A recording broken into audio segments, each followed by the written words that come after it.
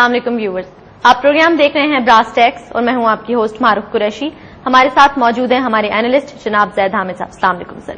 Viewers, brass tax کی کئی series آپ نے ملاحظہ کی جس میں اکنامک ٹیررزم، اس کے علاوہ اقبال پر اسرار اور نعمت اللہ شاہ ولی کی پریڈکشنز بھی ہم نے ڈسکس کی. آج ہم براس ٹیکس کی ایک نئی سیریز کے ساتھ آپ کے سامنے حاضر ہیں. اس سیریز کا عنوان ہے خلافت راشدہ. خلافت راشدہ کی یہ جو پوری سیریز ہے انتہائی حیرت انگیز یہ پوری سیریز ہوگی اینڈ آپ اس کو بہت زیادہ انٹرسٹ اس میں آپ لے پائیں گے کیونکہ اس پوری سیریز کو، اس پورے ٹاپک کو اس وقت ڈسکس کرنے کے جو ایمز اور آبجیکٹوز ہیں وہ انتہائی اہمیت کے حامل ہیں، جو ہم جانیں گے زید حامد سے. جی سر. دیکھیے معروف، جیسے آپ نے کہا کہ آج اللہ کے فضل سے ہم ایک نئی سیریز لے کر آئے ہیں، خلافت راشدہ. یہ وہ پیریڈ ہے کہ حضور صلی اللہ علیہ وسلم کے پردہ فرمانے کے بعد 4 خلفائے راشدین، سیدنا ابو بکر صدیق رضی اللہ تعالیٰ عنہ، سیدنا عمر، سیدنا عثمان اور سیدنا علی رضوان اللہ اجمعین، انہوں نے دور حکومت میں جو تہذیب، جو تمدن، جو سویلائزیشن، جو نظام قائم کیا وہ اتنا فیوچرسٹک ہے، اتنا حیرت انگیز ہے کہ آنے والی قیامت تک آنے والی دور میں انسان اس سے بہتر نظام کبھی پریزنٹ نہیں کر سکتا. جو انسانیت کا مقام، جو انسانیت کو عزت دی گئی، جو معاشرہ تشکیل دیا گیا، جو اس کے روحانی ڈائمنشن تھے، جو اس کے پولیٹیکل، اکنامک، ملٹری پرسپیکٹو تھے، وہ ایک اتنا حیرت انگیز معاشرہ تھا کہ جس کے اوپر بنیاد بنا کر امت مسلمہ نے آنے والی صدیوں میں اپنی وہ تہذیب اور سویلائزیشن قائم کی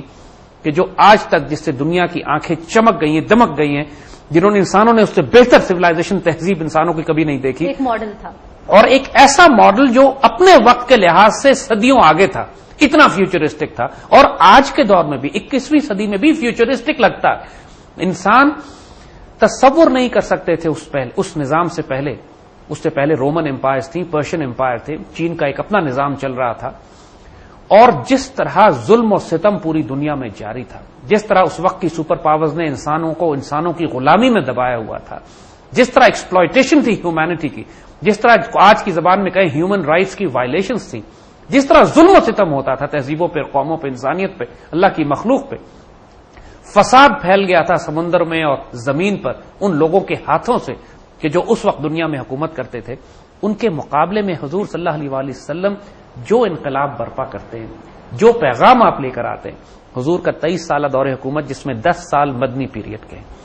مدنی پیریڈ جہاں پہ پہلی مرتبہ ایک ریاست وجود میں لائی جاتی ہے، جو پہلی اسلامی آئیڈیالوجیکل سٹیٹ مدینے کی ریاست جو قیام میں آتی.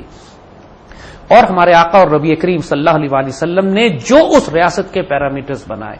جو moral, political, economic model set کیے، جو انسانیت کی رواداری اور مواخات قائم کی، بردرہڈ قائم کیا بٹوین دیٹ سویلائزیشن، وہ انسانوں کے تصورات سے بھی باہر ہے کہ how can it be possible کہ وہ سارے سسٹمز اس زمانے میں، اس معاشرے میں جہاں بیٹیوں کو چند سال پہلے تک زندہ دفن کیا جاتا تھا اور پانی پلانے پہ 40 سال جنگیں ہوا کرتی تھیں، اس معاشرے کے لوگوں کو اٹھا کر انسانیت کی معراج پر کیسے پہنچا دیا. اور پھر جو ماڈل بنے، جو وہاں پہ ایک سسٹم اور گورننس کا ایک نظام قائم کیا گیا ہے، اس کا مومنٹم یہ تھا کہ حضور کے پردہ فرمانے کے بعد جب خلفائے راشدین کے پاس یہ دور آیا جس کو ہم خلافت راشدہ کہتے ہیں، رائٹ، اس دور میں اسلامی ریاست مدینے سے نکل کر ایک طرف پرشین اور رومن امپائر سے ٹکراتی ہے، ایک طرف چین تک پھیلتی ہے، ایک طرف پورا نارتھ افریقہ کیپچر کرتی ہے، پھر نیچے یمن تک، اس کی پورے عربین پیننسولا میں یمن تک اس کی حکومت قائم ہوتی ہے. اس دور میں اس سے بڑی حکومت انسانیت نے دیکھی نہیں تھی کہ جو مسلمانوں نے 30 سال کے عرصے میں قائم کر دی. اور اس کے بعد بنو امیہ اور بنو عباس کی اور اندلوسیہ کی جو سویلائزیشن بنی اور پھر آنے والے وقتوں میں عثمانی خلافت جو بنی، ان کی بنیادیں اسی خلافت راشدہ کے نظام پر تھیں کہ جو اس وقت مدینے کی اس ریاست میں، مدینے کی اسٹیٹ میں ان خلفائے راشدین نے یہاں سے ایکسپینڈ کر کے پوری امت مسلمہ کو پھیلایا اور دنیا میں اس میسج کو لے کے گئے. آج کے دور کے لحاظ سے یہ بات ریلیونٹ کیوں ہے؟ کیوں ہم اس نظام کو اسٹڈی کریں؟ دیکھیے، اب ہم ایک دنیا میں، کائنات میں ایک ڈیسائسو فیز میں داخل ہو چکے ہیں. 21ویں صدی کا جو یہ آغاز ہے، اس میں کائنات میں ایک ٹیکٹونک شفٹ ہو رہی ہے، یعنی پورے نظام تبدیل ہو رہے ہیں، اسپرچل ڈائمنشن میں بھی اور فزیکل پلین پہ بھی. کفر نے جو اپنے نظام قائم کیے تھے 20ویں صدی کے آغاز میں، جو انہوں نے پہلی مرتبہ فیڈرل ریزرو بینک کے قیام کے بعد ایک کیپٹلسٹ اکنامک ماڈل قائم کیا، ساتھ اس کو پولیٹیکل ڈیموکریسی قائم کی، اس کے مقابلے پہ ایک کمیونسٹ اکنامک ماڈل اور ڈکٹیٹرشپ کا ایک نظام دیا اور پوری دنیا کو 2 پولز میں تقسیم کیا. جس میں پہلی جنگ عظیم کے بعد انہوں نے مسلمانوں کی خلافت اسلامیہ کے حصے بکھرے کر دیے. ایک مسلمان حکومت چاہے وہ کتنی ہی کمزور کی نہ ہو لیکن ایک مسلمان ریاست تھی جس کا خلیفہ تھا, جس کا مرکز تھا, اور یہ وہی خلافت کا انسٹیٹیوشن تھا جو خلافت راشدہ سے چلا آ رہا تھا. خلافت کا جو انسٹیٹیوشن ہے مسلمانوں کا, یہ ہمارے دین کا مین اسٹریم ایک کانسیپٹ ہے. یہ کوئی اب نارمل کانسیپٹ نہیں ہے, یہ وہ تصور نہیں ہے جو ریڈیکل فنیٹک مسلمس کا کانسیپٹ ہو, دہشت گردوں کا تصور ہو. 1400 سال میں کوئی وقت مسلمانوں کے دور میں ایسا نہیں آیا کہ جب خلافت کسی نہ کسی شکل میں, چاہے وہ پولیٹیکل آرڈر کی شکل میں ہو, چاہے وہ اس کا ایک روحانی طور پر وہ خلافت کا تصور مسلمان اپنے آپ کو اس کی طرف رجوع کرتے ہوں, کوئی دور ایسا نہ آیا کہ خلافت مسلمانوں سے ختم کی گئی ہو. بغداد میں جب خلیفہ کو چنگیز خان اور تاتاریوں نے آگے خلافت ختم کی تھی تو وہ بھی ٹیمپرری فیز تھا, اس کے بعد خلافت دوبارہ اسٹیبلش کر لی گئی تھی فوراً. لیکن یہ جو پہلی جنگ عظیم کے بعد خلافت کو توڑا گیا اور پوری دنیا کو کفر کے سسٹمز میں تقسیم کر دیا گیا, یہ نظام تقریباً 200 سال پہلے سے کفر کے نظام نے, بینکنگ سسٹم جب شروع ہوتا ہے, ورلڈ اکانومی کو کنٹرول کرنے کی بات ہوتی ہے, پیپر کرنسی کا نظام شروع کیا جاتا ہے, ساتھ ساتھ 19ویں صدی کے آخر میں میڈیا شروع ہوتا ہے, پریس اینڈ پبلیکیشن شروع ہوتی ہیں, 20ویں صدی کے آخر میں الیکٹرانک میڈیا بھی آ جاتا ہے. یہ پورا نظام جب کفر میں انہوں نے مسلط کیا, پہلی جنگ عظیم کروائی اس نظام کو نافذ کرنے کے لیے, دوسری جنگ عظیم کروائی, ایسے کانسیپٹ دیے کہ جن کا سوائے دیوانگی اور جنون اور وحشت سے کے علاوہ کوئی ان کا اور واسطہ نہیں تھا.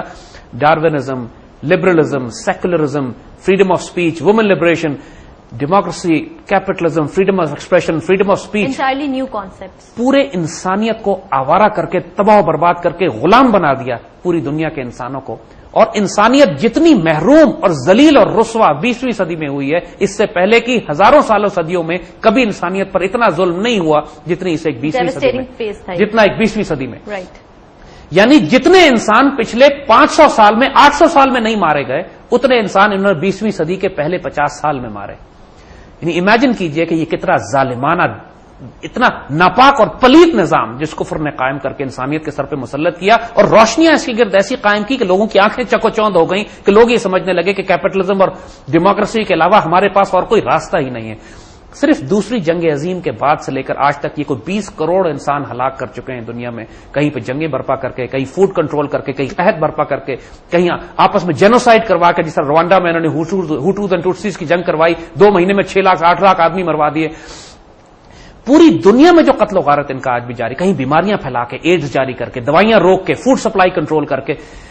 یہ نظام اس قدر ناپاک اور شیطانی اور دجال کا ہے کہ علامہ اقبال اور قائد اعظم, یعنی قائد اعظم جن کو آج پوری پاکستان میں سب لوگ اپنا, ایون جو کسی بھی مکتب فکر سے تعلق رکھتے ہوں, یہ مانتے ہیں کہ سنسیئر آدمی ہے, پاکستان سے محبت اور پیار کرنے والے, اور لبرل ویسٹرن لوگ بھی قائد اعظم کو اپنا رول ماڈل کے طور پر پریزنٹ کرتے ہیں کہ جی ہمیں قائد اعظم کا اسلام چاہیے. قائد اعظم کے اسلام کو اگر آپ نے دیکھنا ہے تو 1948 میں ان کی وہ اسپیچ دیکھ لیجئے جو اسٹیٹ بینک کا افتتاح کرتے ہوئے قائد اعظم نے کی. جب اسٹیٹ بینک کا افتتاح کرتے ہوئے قائد اعظم نے یہی الفاظ دہرائے جو بات ہم آپ سے کہہ رہے ہیں, کم و بیش اسی مفہوم کے ساتھ کہ ماڈرن اکنامک سسٹم نے, جدید دنیا نے انسانیت کو تباہی کے دہانے پر کھڑا کر دیا. اب کوئی معجزہ ہے جو انسانیت کو تباہی سے بچا سکتا ہے. اب اور کوئی راستہ انسانیت کے پاس نہیں رہ گیا کہ اس نظام نے جنگیں برپا کروائی ہیں, انسانوں کو قتل و غارت میں تباہ و برباد کیا ہے, اس کو غلام بنا لیا ہے. اب صرف انسان کے پاس فلاح کی راہ یہ ہے کہ وہ اسلامی معاشی نظام عدل کی طرف لوٹے. اور اسٹیٹ بینک کے افتتاح کرتے ہوئے انہوں نے کہا کہ میں اسٹیٹ بینک سے توقع کروں گا کہ پاکستان کے اندر ایک اسلامک اکنامک ماڈل یہ قائم کریں, تاکہ یہ ماڈل آنے والے وقتوں میں پوری دنیا کے لیے ایک رول ماڈل بھی بنے اور پاکستان کی ریاست کو ایک اسلامی فلاحی ریاست بنا سکے. یہ قائد اعظم کہہ رہے ہیں 1948 میں اس کے اسٹیٹ بینک کے افتتاح کے موقع پر, یہ ان کی آخری تقریر تھی. اس کے بعد قائد اعظم کا انتقال بھی ہو گیا. جو کفر کا نظام یہ جو قائم ہے, اس کے 3 فنڈامنٹل پلرز اور پیرامیٹرز ہیں. دیکھیے, ایک یہ کفر کا نظام اپنا سیاسی نظام بناتا ہے, اپنا پولیٹیکل آرڈر جہاں ہم سے کہتا ہے یا ڈکٹیٹرشپ ہے یا ڈیموکریسی ہے, چاہے وہ آپ ڈکٹیٹرشپ لیں یا ڈیموکریسی لیں, دونوں کفر کے نظام, دوسرے رخ دونوں کفر کے نظام میں. جس طرح ان کو کیپٹلزم اور کمیونزم چاہیے ہوتا ہے دنیا کو تقسیم کرنے کے لیے, اسی طرح پولیٹیکل